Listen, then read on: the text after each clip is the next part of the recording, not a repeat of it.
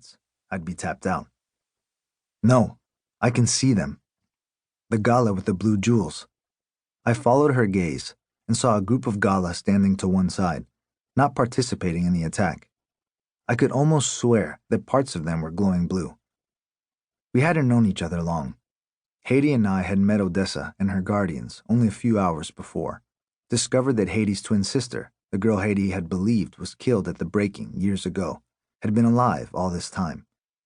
It had been a tearful reunion. It could wind up being a short-lived reunion, too. "What are you doing?" Haidee shrieked, but I paid her no attention, planting myself in front of the portal and unloading on any gala that came too close, while also trying not to panic, blast at everything, and exhaust myself in the process. Lan moved to stand beside me. Her broadsword didn't have any range, but she was an army all on her own, cutting down shadows. I only had time to nod my thanks before shooting again, and she returned one of her own as she stabbed through a creature's head.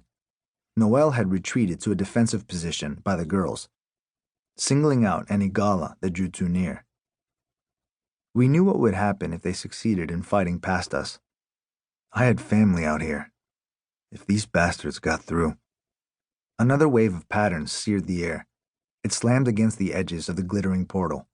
With a loud screeching sound, like the harsh scrape of metal against metal, the gateway began to shrink, so quickly we could only watch. Within seconds, it was gone, and the great abyss and its rabid minions along with it.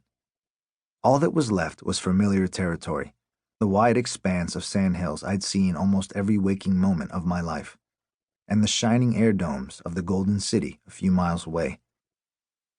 I did it! Though short of breath, Haidee sounded pleased with herself, the incanta fading from her eyes. I remembered the goddess Nyx wrote about this in her journal.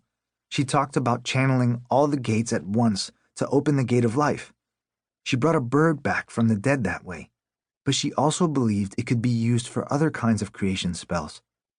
I didn't know what she meant, but I realized that a portal was in itself a creation spell, technically speaking. So it should also work. Haidee, don't you Haidee me? And you, what possessed you, the both of you, to place yourselves in harm's way like that? You're good, but two people could not have lasted long against that horde. If I hadn't figured out a way to... Haidee. I was breathing hard, still on a terrifying high from, I don't know, avoiding getting eaten by moving shadows to start, and eager to ease my agitation the best way I knew how. Just shut up and come here. Haidee all but flew to my side, and I kissed her hard. Her eyes were still glittering when we finally broke apart. I would have been happy with a simple thank you, she said. Thank you. Satisfied that she wasn't hurt, I gave myself the once-over, checking to see if I was intact. Feet and legs, torso, head, both ears and eyes, nose and mouth, left arm, and right stump. Howler. Yep, all there. It's too hot out here, Odessa muttered, her eyes screwed nearly shut. Gently, Lan tugged her lover's hood up over her head to keep the sun's glare out of her eyes. Too hot and too bright. The Golden City was shining, and I realized that we were closer to it than I would have liked.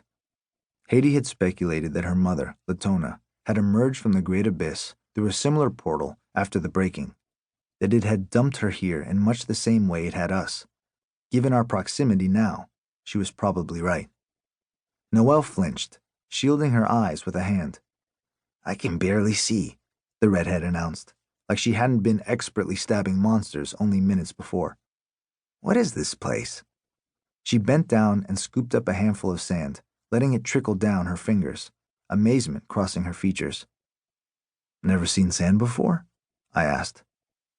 Nothing as small and fine as this, and not everywhere. Her eyes narrowed as her gaze drifted downward before she, to my surprise, fell to her hands and knees and began to dig. What are you doing? Lan asked. This isn't sand I'm standing on. There's something buried here.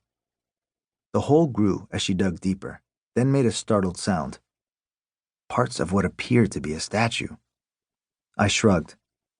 That's not unusual around here. The desert's reclaimed a lot of ruins over the years. But this one's different and very familiar.